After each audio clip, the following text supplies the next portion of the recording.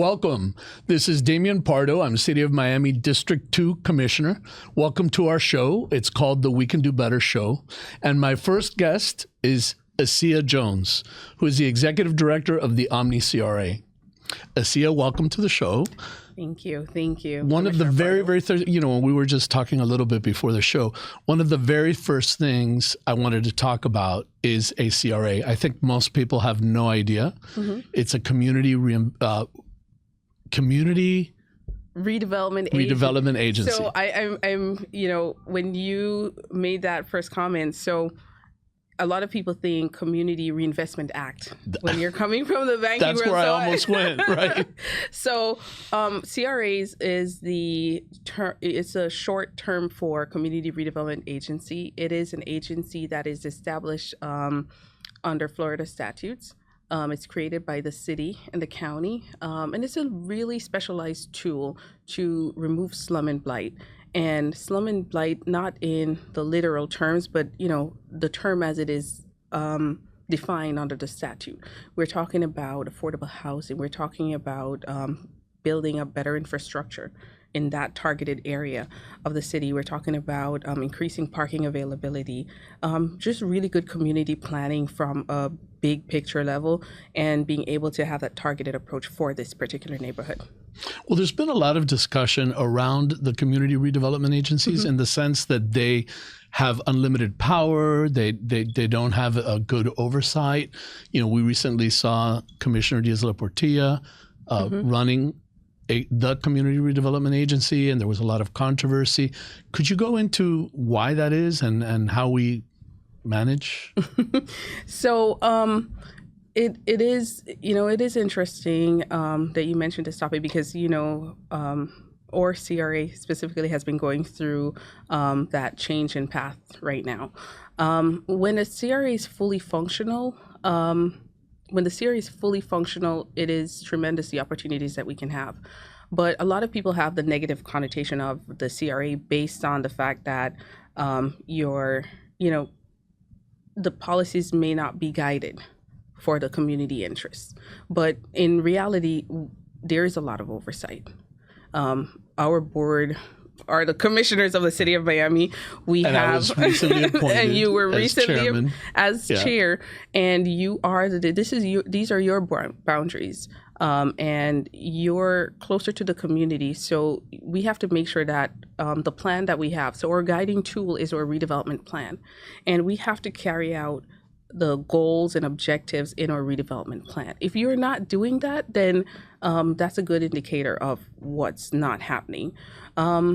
You can have the policies in place, but leadership matters. Yeah, it really does matter. So we have the tools, we just have to use them.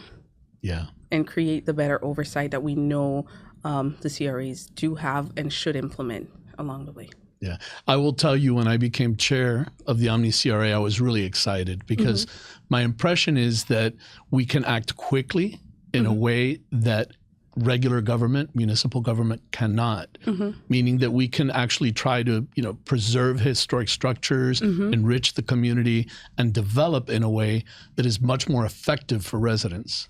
I was super excited when you were appointed chair, because having your financial background and knowing that the CRA is a financial tool to leverage the assets of a public government entity into the community and to better plan that, I think we have a world of opportunities right now to be able to do that. And CRAs, we're closer to the community groups. Yeah. We're closer to our local churches, our neighbors. I know a lot of our residents, all the business owners. We walk the district on a regular basis. Yeah. Every morning when I get in, I take a drive around and I try to see what are the issues.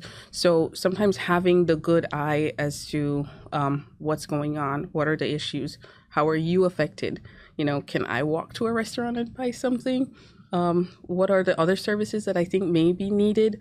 Is the construction affecting a lot of our businesses? How can we help to alleviate some of the pressures that we have, affordable housing and historic preservation, as you mentioned? Yeah, I think a lot of people don't realize that CRAs can go and buy property and create development mm-hmm. and make these kind of bold moves that the community is asking for. We can definitely do that. There's just a world of opportunities, and sometimes if it's not strictly outlaid, you have to create them. There's not a one size fits all. But I want you to share a story that you shared with me about that home. And when the home was passing, there were so many parties in that historic home that we were trying to. That property. So, I believe it was Irma. One of the hurricanes that passed through really damaged an adjacent property. So we own a property in the Overton portion of our CRA, and a tree fell on the neighboring property, and the hurricane happened around November, I believe, and we were not able to get anyone who owned the property or who lived there to get into a consensus about, okay, this is what we can do for you. We reached out to the family. We tried to give them, assistance with relocation. But ultimately, our goal was to see how can we help you. And save the property. And keep the historic, nature in the community. In the community, make it community-owned, community-based. And we sat down with the family, and it was so hard to get the family organized. When I checked the individuals who were living at the home, they were like the grandchildren. Yeah. And the property was owned by like 6 people initially, and now it was, passed down to 16 different people. And it was just so hard to pretty much get them organized. We would have to go through the probate process. We would have to appoint an administrator for the estate.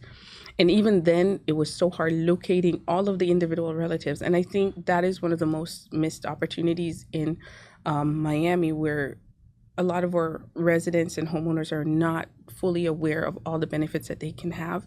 And because of that lack of organization and help that's needed, there's a lot of foregone opportunities. And what I love about the CRA is that we're able to actually insert this whole issue of financial literacy at the community level, so that these kind of things don't happen in future generations where you're trying to leave a home and you don't understand the implications of that. Sometimes you're just trying to be equitable among all the kids, but that may not be the best, thing option in order to achieve, the successful continuity of the property. So one of the things we want to make sure to do in the future, at least, is to make sure that we have an educational component for all projects. Home buyers or teachers in the district, our residents, or sometimes you'll have a multifamily unit that's owned by like 4 individuals, and we're like, there's a liability aspect of this. You may want to create an LLC and manage it through this regard to kind of safeguard yourself. You may want to have a discussion to really outline the roles and responsibilities of each person. So we're trying to see if we can educate as many of our residents as possible. And I know that there were other projects like the renovation of the Dana Dorsey Library. Yes. And just really important projects at the community level that, because we are a CRA, we're able to, keep our fingers on the pulse and respond accordingly. We are able to make sure that at least the people who are from Miami have an opportunity in Miami. And I think that is what is most important. So oftentimes we try to get our owners not to sell, but probably to, leverage what they have and make it better. Yeah. And, keep that wealth, that income coming in for, some time to come. So we try. Yeah. And I know also there was a great project for affordable and workforce housing. Maybe you could speak a little bit about the needs and how the CRA has responded. Well, this is something I'm really excited about. When I was the attorney at the CRA, we had a mission: create more affordable housing units. Now I wanted to make sure that we're able to put a real number to how many affordable housing units we can implement or, create in this area.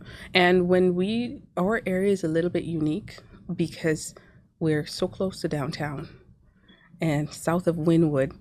So we have to make sure we're looking at all the different income brackets that we're trying to create. So we want to create mixed income housing.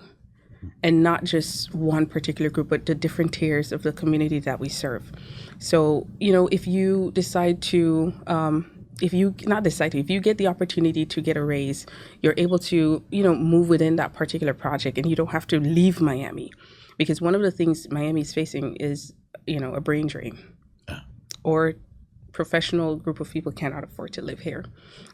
We also have extremely low-income individuals that cannot afford to live here. So, we are taking a strategic approach to make sure we're meeting housing in the respective areas at the different respective levels. And we have several projects, Commissioner, several projects that we're working on, several that are in the pipeline coming on board. And we're talking, hopefully by the end of the year, we can make it about 900 units. Yeah. Into the Omni area that is fully affordable, but with a good mix, so that we're not creating pockets of poverty, and that way the community can thrive. Because one of the things, we do affordable housing, but we also do economic development, and we want to make sure we have a sustainable community. So having a good mix and flow really works, and ultimately it's all about increasing the quality of life. Mm-hmm. I was very impressed with the project that I saw, because it wasn't just about creating this project, and it wasn't just about affordable housing or workforce housing. Mm-hmm. It was all about community.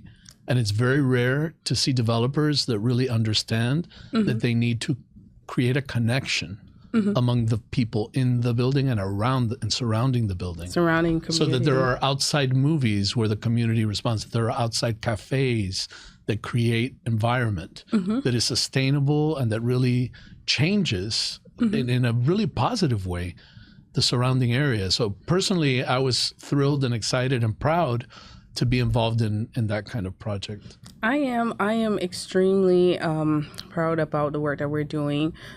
Soon, I believe late summer, we may have 252 units that are coming online, and that's for our workforce. We're talking about our teachers. We're talking about our state attorneys, or City of Miami employees. Yeah. And they'll be able to work in close proximity and live in the same area and be able, you're giving them a sense of community, a sense of purpose. I tell people, can you imagine, you can walk to work, or, jump on the trolley or the metro rail, you get to work, and then you can spend, and then there's a circulation within that community, and it's not so strained. So, you're spending in the local businesses, you're living close, and then, it's an improvement to the city. And it's also nice for a lot of people in Miami. I mean, it's sad when you're an older parent and the only option for your child is to leave, to Pembroke Pines or further north. Back to Georgia. Back to Georgia, or go to another city, because mm-hmm. they can't simply afford anymore to work in their home city and stay near their family. So it's really also a way of keeping the family together. Mm-hmm. And I think it's very important. I know maybe you could just briefly touch upon the difference between affordable and workforce.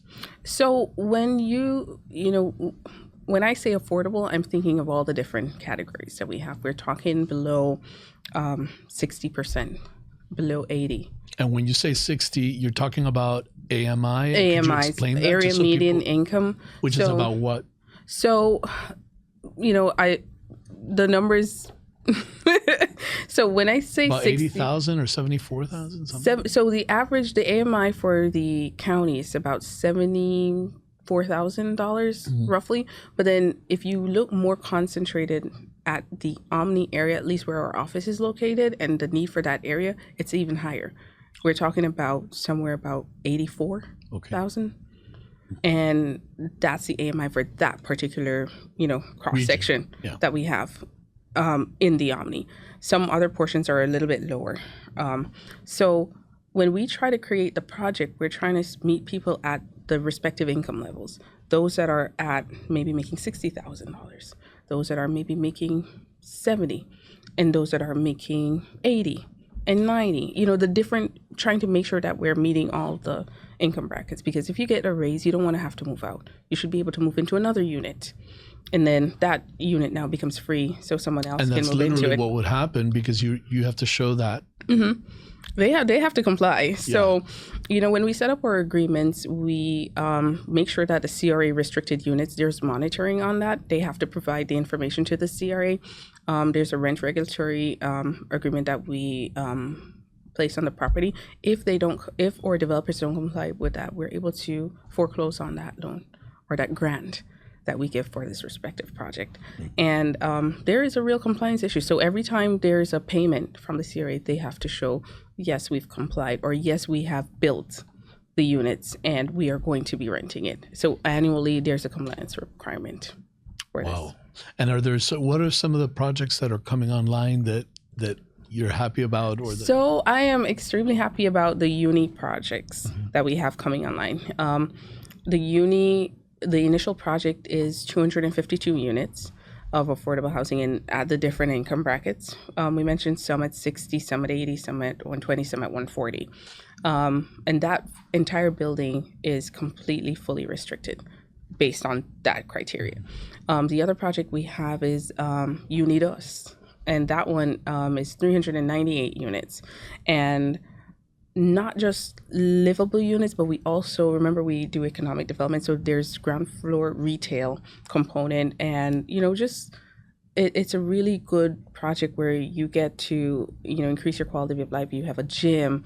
There's like a little working space, community working space that are included. I was shocked. I got to tour that project, and it is a wonderful. When I usually think about community redevelopment, or when I think about affordable housing, I think about kind of like the projects. Like what we kind of grew up with in Miami when we looked at that. This is not the case. No. These are beautiful. I would love to live in that building. We are changing the meaning of affordable housing. We're changing how it looks and feel, because we want everybody to feel valued in this community, and not because of your income level or anything. We want to make sure that you have the opportunity and you feel a part of this community, not based on your income level or so on, but you to have the same amenities, just like with our school board item.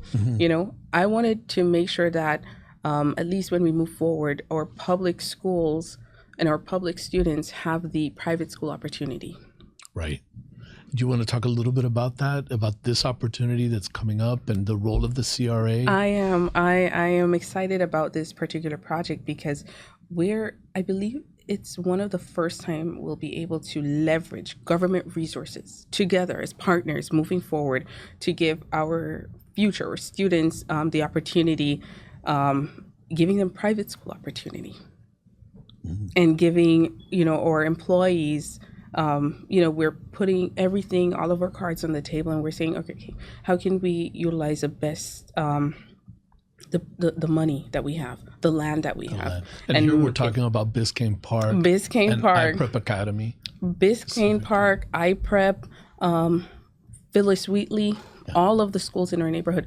How can we utilize the downtown properties, all of school board properties, and what role the Omni has to play in that. And I think it's super important because, we're able to work together with the city, the county, and the school board and do something that's phenomenal and set up our students for an amazing future. Success. Yeah. Yeah. Repurpose some of the schools. What are the resources that are needed? I'm super competitive. So I think, I want to make sure our public schools are like the best. Yeah. We're competing at that level. So.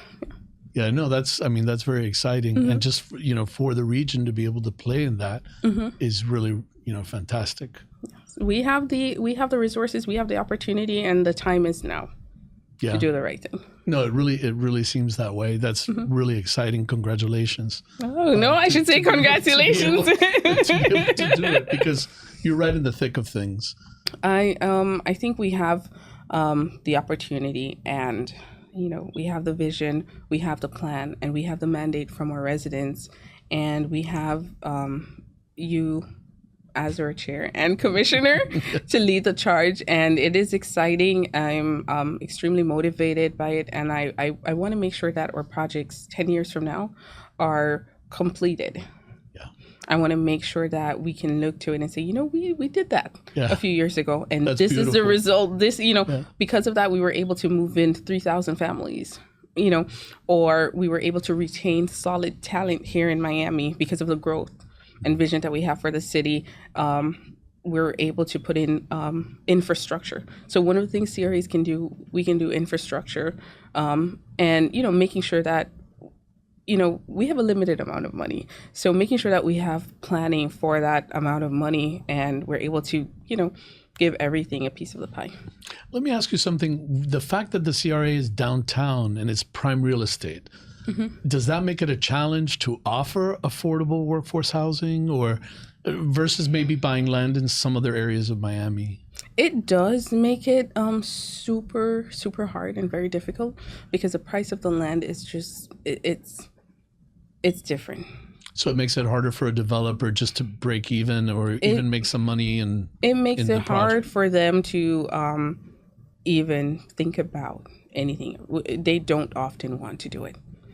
So when we do find developers who would like to partner and who would like to provide affordable housing, I think we need to really take a look and assess the opportunities, because the cost of the land is just, it's not feasible. It doesn't work out on their balance books to do it when you buy property for so much. Do you find that you have developers coming your way on those opportunities, or that they're few and far between? We do have some that are coming our way. You always welcome more, I imagine. We always welcome more. For everybody out there who wants to work on these projects, come to us. Please come in. I mean, we are facing our crisis.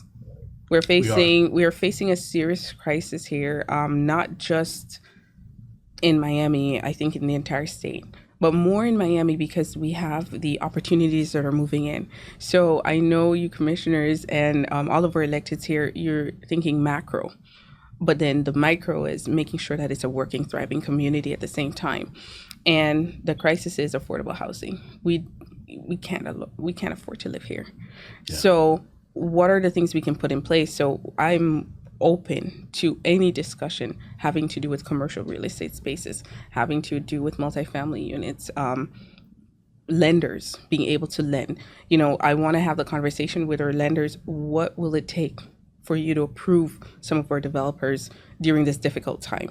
Because I know they're not lending right now. Mm-hmm. And it's very hard to underwrite a lot of the projects. So, these are conversations we're willing to have. What is the what do you want that community or government partnership to look like from an underwriting perspective? What are things that will make it easier? What are the barriers we need to remove in the city and the CRA to affordable housing? Do we need to streamline the permitting process? These are conversations that I want to have with all of our government partners. And we also get calls all the time from police, fire, state attorney, public defenders, school teachers, everyone needing housing, and needing housing that, it's not a 2-hour commute. They can still have a quality of life associated with it. So there's a real problem with finding good workers. So, adding cost of living and housing not being affordable is just a killer. So, when we bring a project, we try to find out from our local groups and our liaisons from the respective offices about what are your needs? What are your employees asking for? How can we assist in making sure that you're doing what you can do? So when we brought our last project, we got letters from the health district. We got letters that's right. The health district, they just need housing. They can't fill positions. Some of our unions. We got, letters from our nurses. We got letters from the state attorney's office, the public defender's office. And the list is longer, because can you imagine just the private sector employees that are at this rate and just cannot afford? It's not feasible. Yeah. Mm-hmm. What about your vision for the Omni CRA? Maybe what would you like to see over the next 3-5 years, and then maybe out 10 years? What do you? So over the next 3-5 years, I really think we need to rebuild the relationship in the community. I think we're a little bit far removed I'd like to make sure in the next 3 to 5 years we're boots on the ground, looking at the individual needs of our community And members. when you say that, you mean church groups, civic groups? All groups. All groups. All groups. At the grassroots level. At the grassroots level, because block it's to block. block to block, making sure that our residents feel happy, making sure that they know the resources are out there to assist and help. I would love to do some informational sessions with not just CRA, but all government entities. What do you need to open a business? What do you need to get your code violations fixed, restored, mitigated? What are those things that you need to do? Because sometimes we think people know and they really don't know. Yeah. What are the things they need to do? So we need to provide information and give them the opportunity to fix that problem. Or we take, we give, almost like an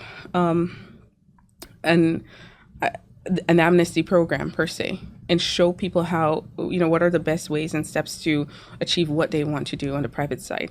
What are the grants available? Do we need to implement some beautification programs in the CRA? Do we need to provide security? So things like trees, things like security, walkability. Whenever I hear the words Omni CRA, it sounds very weird, honestly. I don't know what it does. Mm-hmm. You know what I mean? Like, just as a regular person before obviously being in all this, Mm-hmm. but what, who can go to you? Like, I wouldn't even know. Like, can I just go to you? Can I walk in? Like, or does it need to be an institution or a government or a municipality? No, we are an open door policy. We're closer to the community even more than the city sometimes. So people can just go to the office and knock and have a conversation and learn more. Absolutely. And that is a narrative I would, we have an open door policy. You come in, you express your needs. If I can help you, I will find someone that will be able to help you. If what you're asking for, some of our businesses, they want assistance with inventory. CRAs can't do inventory. But you know what? I'm going to find another government entity or someone else who can give you the grant for inventory, and we'll be able to help you. For inventory? For business. For businesses. Got it. But we'll be able to give money for the build out of that particular space, or to help you with for a small business. For small businesses. I would never have thought of that. I would never have thought, because we've been talking about, projects. And yes. So you can help a small business. You can help a family, like with the tree that fell on it. You can help a community or a church. You can help restore history. You can historic important structures. We can help you with your signage. We can help walkability. We can improve lighting in the area. We can do streetscape projects. There's just a wealth of things that we can do. And we, that's why I'm saying, getting back into the community is what really matters right now over the next 3 to 5 years. 10 years, I'm looking at infrastructure projects that will, create the opportunities for development that is for the community. Like? Or school board projects that we have coming online. So what about things like flooding? I mean, does it get involved? Flooding, that's one of our main issues in the CRA. Okay, good. Right where, the construction is going on right now. So that's one of the things we're hoping to address. One of the other thing is making sure that the parkland that is under the 395 project, we want to make the sure underdeck, which just got that $60 million grant. Yes. So it's going to. So the Omni CRA will be participating in that project as well. We will be participating in that project because we want to make sure that we don't have another highway that's smacked into a community. We want to make sure there's a flow. So a lot of the projects around connectivity. Oh man! So I want to make sure it's walkable, and it's nice, and our children can go out to play, or community can come out and walk. We want to make sure that we're leveraging CRA funds in a unique way. So we will be contributing to that project as well. Oh, that's fantastic. Anyway, we're at the end of our time for today's show, but I want to make sure people have a way of contacting you. Can you let people know where the office is located and maybe the best way to contact you? Okay, so our office is located at 1401 North Miami Avenue. The best way to contact me is either calling me or emailing me. Or my number is 305-679-6869. And my email is isjones@miamigulf.com. That's perfect. I can tell you it is an honor to work with you. And I'm excited, and I'm looking forward to all the things that we as an entire team, District 2 team, Omni CRA, over time will be able to accomplish. I am happy. I am motivated. And to everyone out there, thank you for joining us for the We Can Do Better show, and we look forward to speaking again soon.